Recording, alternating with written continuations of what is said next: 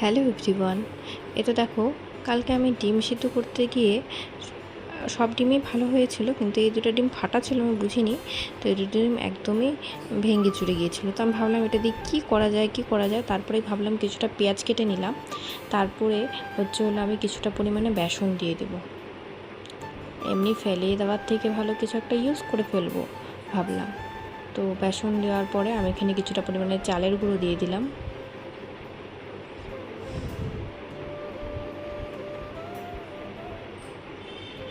তারপরে এখানে আমি স্বাদ অনুযায়ী সব কিছু দিয়ে দেবো। এখানে আমি একটু লবণ দিয়ে দিলাম।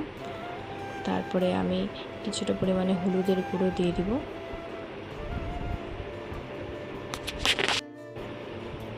তারপরে এখানে দেখো আমি গোলমরিচের গুঁড়ো দিয়ে দিলাম। তারপরে একটুখানি কাশ্মীরি লঙ্কার গুঁড়ো অল্প একটু দিয়ে দিলাম।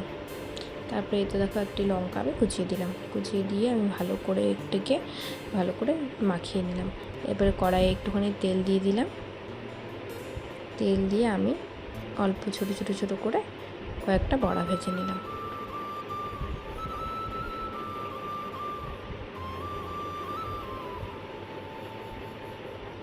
এদিকে দেখো কিছু পরিমাণে বড়া আমার ভাজা হয়েও গেছে, আমি প্লেটে উঠিয়ে নিয়েছি। আর এখানে কিছুটা কড়াইতে জিনিস ফেলিয়ে দেওয়ার থেকে ভালো ইউজ করে নেওয়াটা অনেক ভালো, আর এটা খেতেও খুবই ভালো।